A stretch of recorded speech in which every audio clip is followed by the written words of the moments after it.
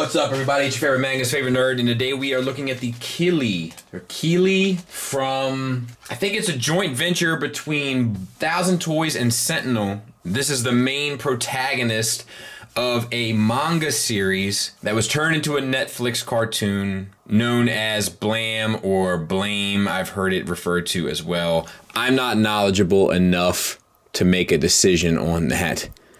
And this is a little strange there, but there we go. This figure is cool. It's not without issue. It's a little bit more involved than the last one we took a look at. So I want to go ahead and jump into accessories because we kind of have a little bit to talk about here. He comes with a display base. This one's very similar to the other one, except it doesn't have that extra magnetized piece. It just has this part, which is already inserted in, and then you have the armature, which hinges here and swivels, hinges here, hinges here. I didn't talk about this on the last one, so I'll go ahead and talk about it now. This clip here, they're on two hinges. They open and close to keep tension. And then it actually is sculpted with two notches, so you can have it this way and it'll kind of hold tension. It'll kind of hold tension in the pose so the weight of the figure won't cause it to turn any further than a certain point. Or you can pull it out, so to speak, and plug it back in with the notches vertical, and then it won't turn horizontal. So that's a cool little touch. He comes with a few hands. We got a left and right posing hand, and a left hand that's relaxed, a right hand that's a trigger finger hand, and two fist hands. And in the opening footage, he has a left relaxed hand and a right trigger hand. So you basically get two of each, which is fine. And this duct tape here, I looked up the pictures of him, seems to be part of the character design. He also comes with the pistol. The pistol has red paint down the center of it, and it looks like some detailings down there in the handle. And he holds it just fine. He comes with a knife, some detailings down in the handle, some gray accents, but that's about it. It is a strange design of a knife, but it's accurate. He holds that in the trigger finger hand as well, and it can be stored in a holster or sheath on his back.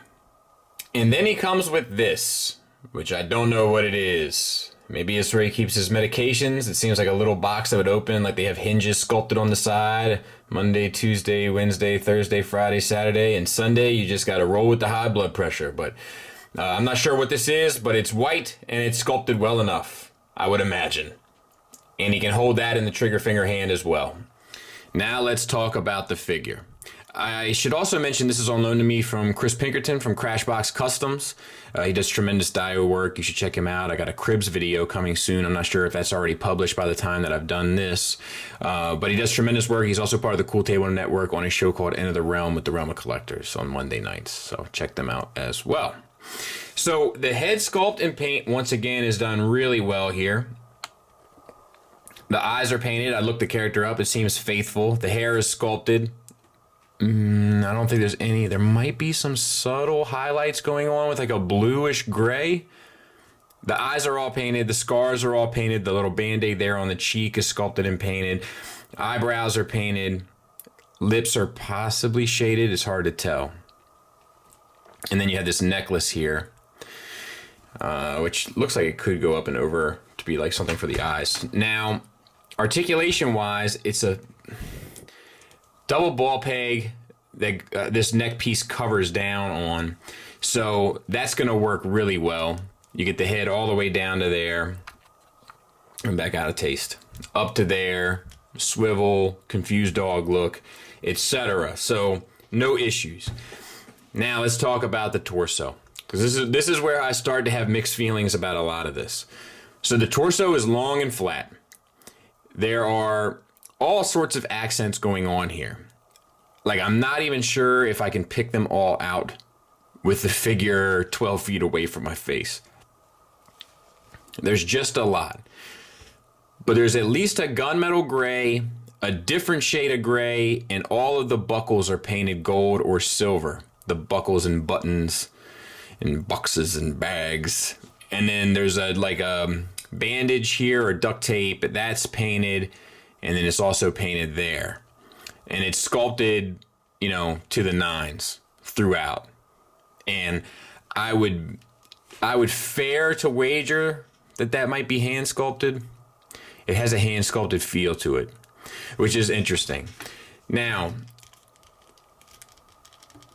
underneath this long jacket, it feels like a ratcheted hinge, which gets you a little bit of an ab crunch. But it's hard to use underneath the jacket. However, the jacket does hide the joint. So that's going to come down to how you feel about that. Then at the waist, there's a single ball joint, but it's a huge ball joint. So you get a ton of articulation there. So utilizing both, you can get the figure almost bent completely over. And I don't want to push this thing to its limits, and bent fairly well back.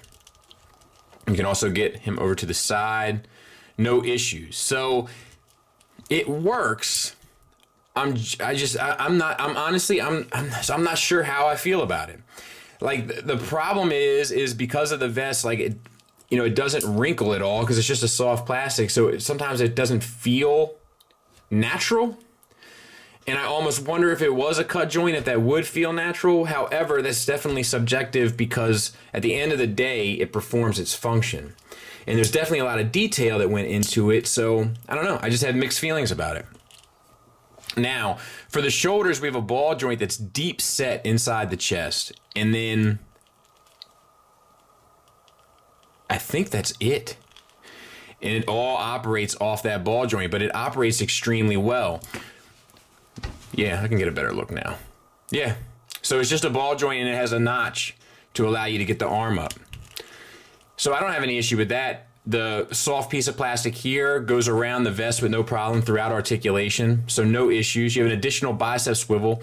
All of this armor is kind of done the same, or the duct tape or whatever that is, the bandaging. And then we have some silver accents down below. So all that works fine. You have a double jointed elbow. They get you the full range. It's not the prettiest joint, but it's not the ugliest either, not by far. And then it's like this almost feels like another soft casing. I think it is. At least on that part, around the actual skeleton of the figure for the sleeve. Now, it does seem to me like the lower arm is thicker than the upper arm. I'm not crazy about that, but it's all functional. For the wrist, it's a disc hinge that comes out to a ball peg or just a peg let's take a look. Ball peg. For the hand itself. So utilizing both, it swivels at both ends. You can get the hand in, out. You can swivel it around, swivel the other side, and get it up, down. So that all works well.